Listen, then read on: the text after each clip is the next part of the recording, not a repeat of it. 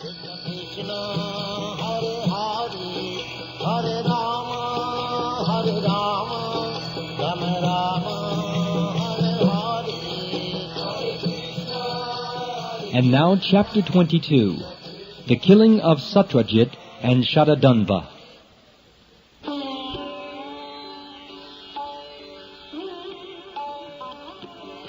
After Akrura visited Hastinapur and reported the condition of the Pandavas to Krishna, there were further developments. The Pandavas were transferred to a house which was made of shellac and was later set ablaze. And everyone understood that the Pandavas, along with their mother Kunti, had been killed. This information was also sent to Lord Krishna and Balaram. After consulting together, they decided to go to Hastinapur to show sympathy to their relatives. Krishna and Balaram certainly knew that the Pandavas could not have been killed in the devastating fire. But in spite of this knowledge, they wanted to go to Hastinapur to take part in the bereavement.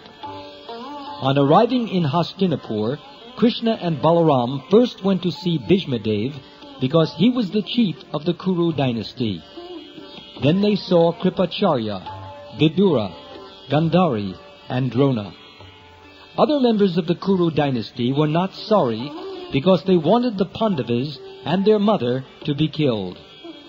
But some family members, headed by Bhishma, were actually very sorry for the incident, and Krishna and Balaram expressed great sorrow without disclosing the actual situation.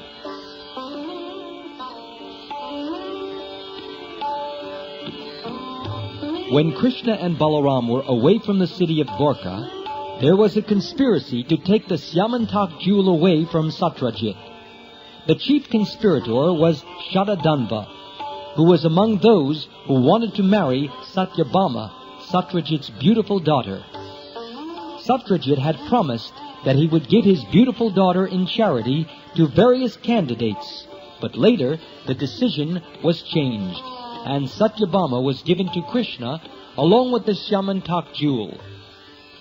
Satrajit had no desire to give the jewel away with his daughter, and Krishna, knowing his mentality, accepted his daughter but returned the jewel. After getting back the jewel from Krishna, he was satisfied and kept it with him always. But in the absence of Krishna and Balaram, there was a conspiracy by many men, including even Akrura and Kritavarma, who were devotees of Lord Krishna, to take the jewel from Satrajit. Akrura and Kritavarma joined the conspiracy because they wanted the jewel for Krishna. They knew that Krishna wanted the jewel and that Satrajit had not delivered it properly. Others joined the conspiracy because they were disappointed in not having the hand of Satyabhama. Some of them incited Satadhanva to kill Satrajit and take away the jewel.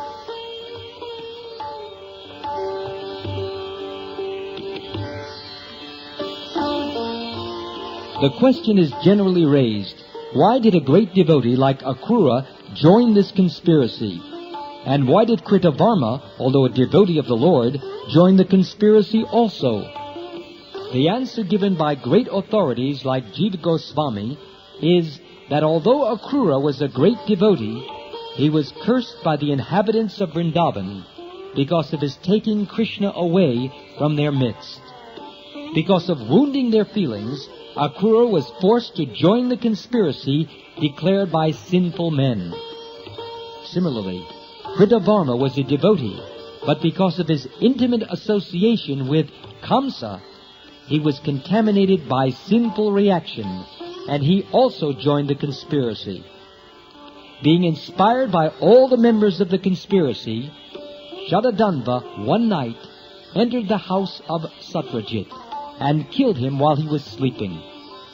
Satadhanva was a sinful man of abominable character, and although due to his sinful activities he was not to live for many days, he decided to kill Satrajit while Satrajit was sleeping at home.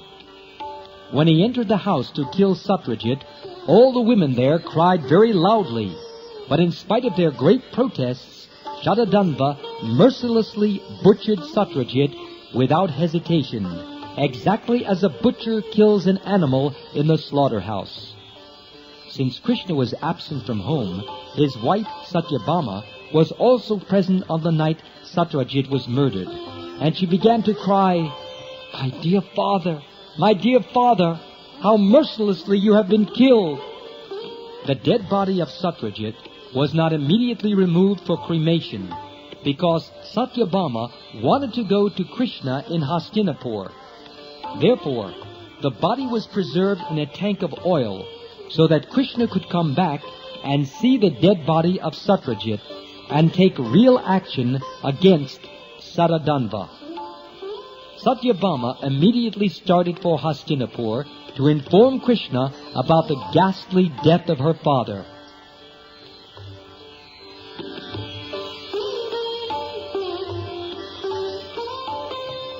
When Krishna was informed by Satyabhama of the murder of his father-in-law, he began to lament like an ordinary man. His great sorrow is, again, a strange thing. Lord Krishna has nothing to do with action and reaction, but because he was playing the part of a human being, he expressed his full sympathy for the bereavement of Satyabhama, and his eyes filled with tears when he heard about the death of his father-in-law. He thus began to lament, "Oh, what unhappy incidents have taken place." In this way, both Krishna and Balaram, along with Satyabhama, the wife of Krishna, immediately returned to Dwarka and began to make plans to kill Satadhanva and take away the jewel. Although he was a great outlaw in the city, Satadhanva was still very much afraid of Krishna's power, and thus when Krishna arrived, he became most afraid. Understanding Krishna's plan to kill him, he immediately went to take shelter of Kritavarma. But Kritavarma said, "I shall never be able to offend Lord Krishna and Balaram, for they are not ordinary persons. They are the Supreme Personality of Godhead. Who can be saved from death if he has offended Balaram and Krishna? No one can be saved from their wrath."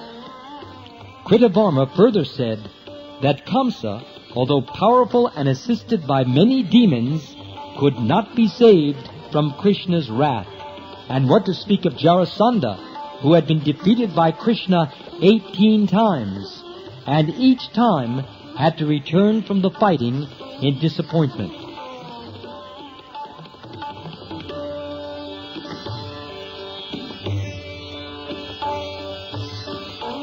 When Satadhanva was refused help by Kritavarma, he went to Akrura and implored him to help. But Akrura also replied, "Both Balaram and Krishna are themselves the Supreme Personality of Godhead, and anyone who knows their unlimited strength would never dare offend them or fight with them." He further informed Satadhanva, "Krishna and Balaram are so powerful that simply by willing they create, maintain, and dissolve the whole cosmic manifestation. Unfortunately, persons bewildered by the illusory energy cannot understand the strength of Krishna, although the whole cosmic manifestation is fully under his control." He cited as an example that Krishna, even at the age of 7 years, had lifted Govardhan Hill and had continued to hold up the mountain for 7 days, exactly as a child carries a small umbrella. Akrura plainly informed Satadhanva that he would always offer his most respectful obeisances to Krishna, the supersoul of everything created, and the original cause of all causes. When Akrura also refused to give him shelter, Satadhanva decided to deliver to the hands of Akrura the Syamantak jewel. Then, riding on a horse, which could run at great speed and up to 400 miles at a stretch, he fled the city.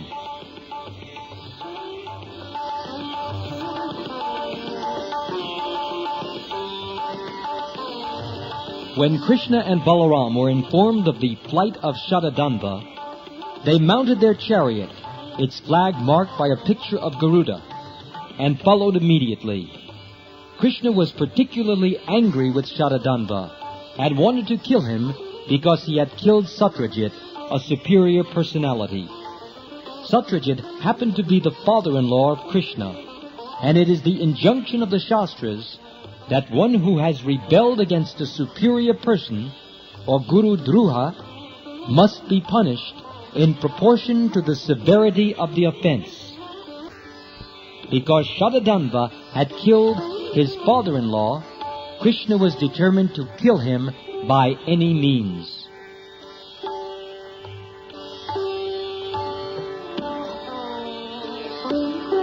Satadhanva's horse became exhausted and died near a garden house in Mithila.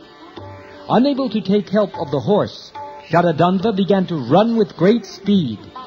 In order to be fair to Satadhanva, Krishna and Balaram also left their chariot and began to follow Satadhanva on foot. While both Satadhanva and Krishna were running, Krishna took his disc and cut off Satadhanva's head. After Satadhanva was killed, Krishna searched through his clothing for the Syamantak jewel, but he could not find it. He then returned to Balaram and said, "We have killed this person uselessly, for the jewel is not to be found on his body." Sri Balaram suggested, "The jewel might have been kept in the custody of another man in Dwarka, so you'd better return and search it out." Sri Balaram expressed his desire to remain in Mithila city for some days because he enjoyed an intimate friendship with the king. Therefore Krishna returned to Dwarka and Balaram entered the city of Mithila.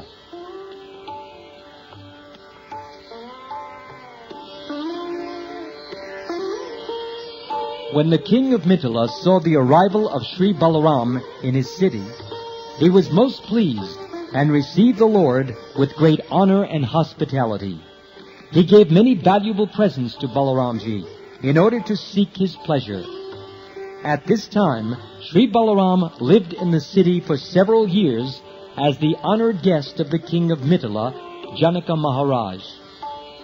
During this time, Duryodhana, the eldest son of Dhritarashtra, took the opportunity to come to Balaram and learn from him the art of fighting with the club.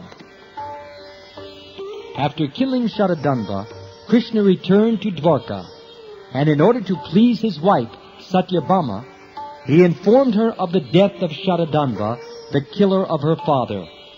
But he also informed her that the jewel had not been found in his possession. Then, according to religious principles, Krishna, along with Satyabhama, performed ceremonies in honor of his departed father-in-law. In those ceremonies, all the friends and relatives of the family joined together.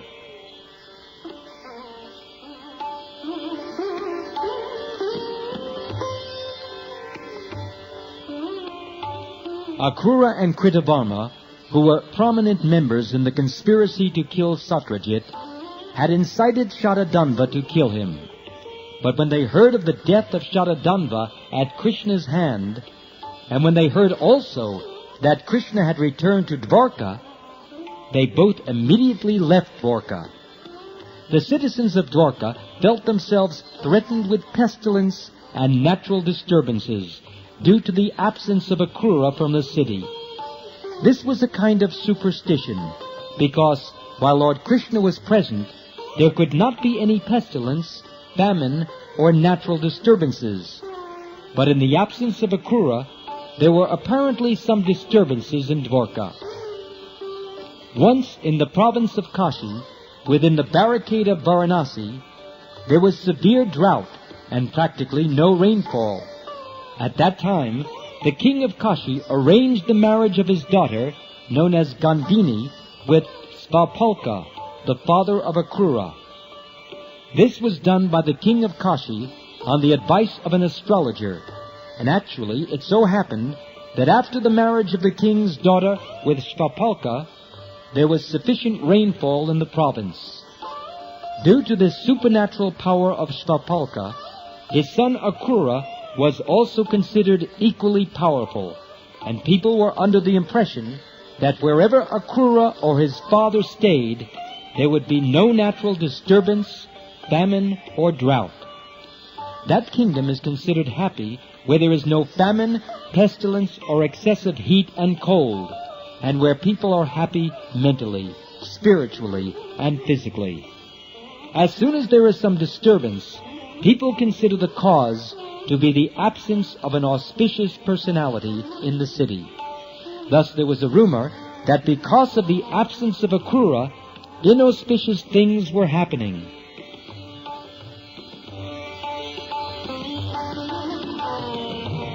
After the departure of Akrura, some of the elderly members of the town also began to perceive inauspicious signs due to the absence of the Syamantak jewel. When Lord Sri Krishna heard these rumors spread by the people, he decided to summon Akrura from the kingdom of Kashi. Akrura was Krishna's uncle. Therefore, when he came back to Dwarka, Lord Krishna first of all gave him a welcome befitting a superior person. Krishna is the super soul in everyone and knows everything going on in everyone's heart. He knew everything that had happened in connection with Akrura's conspiracy with Satadhanva. Therefore, he smilingly began to speak to Akrura.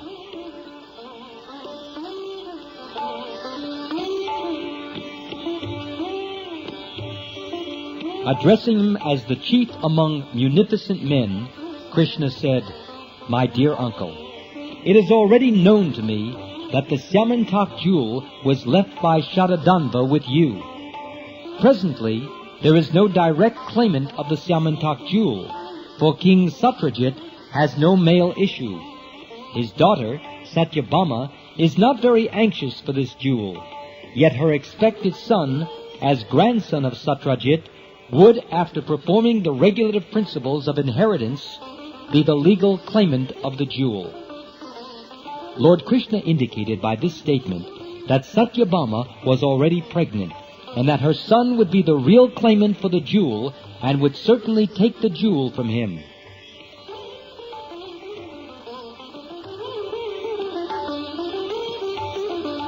Krishna continued, "This jewel is so powerful that no ordinary man is able to keep it. I know that you are very pious in activities, so there is no objection to the jewels being kept with you. There is one difficulty, and that is that my elder brother, Sri Balaram, does not believe my version that the jewel is with you. I therefore request you, O large-hearted one, to show me the jewel before my other relatives, so that they may be pacified from different kinds of rumors. You cannot deny that the jewel is with you, because we can understand that you have enhanced your opulence and are performing sacrifices on an altar made of solid gold." The properties of the jewel were known. Wherever the jewel remained, it would produce for the keeper almost 9 mounds of pure gold daily. Akrura was getting gold in that proportion and distributing it profusely at sacrificial performances. Lord Krishna cited Akrura's lavishly spending gold as positive evidence of his possessing the Syamantak jewel.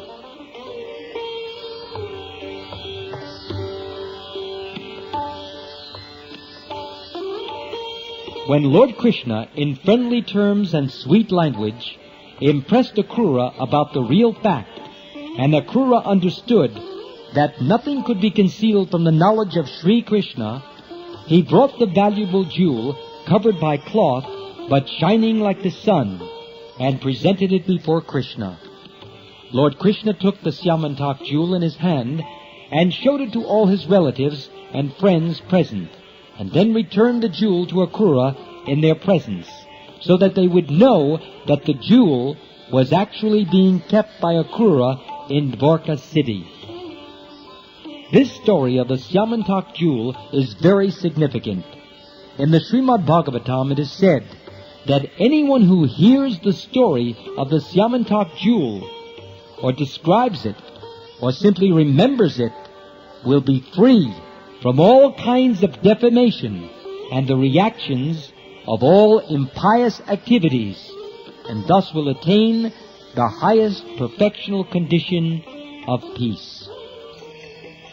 Thus ends the Bhakti-Vedanta purport of the second volume, 22nd chapter of Krsna, the killing of Satrajit and Satadhanva.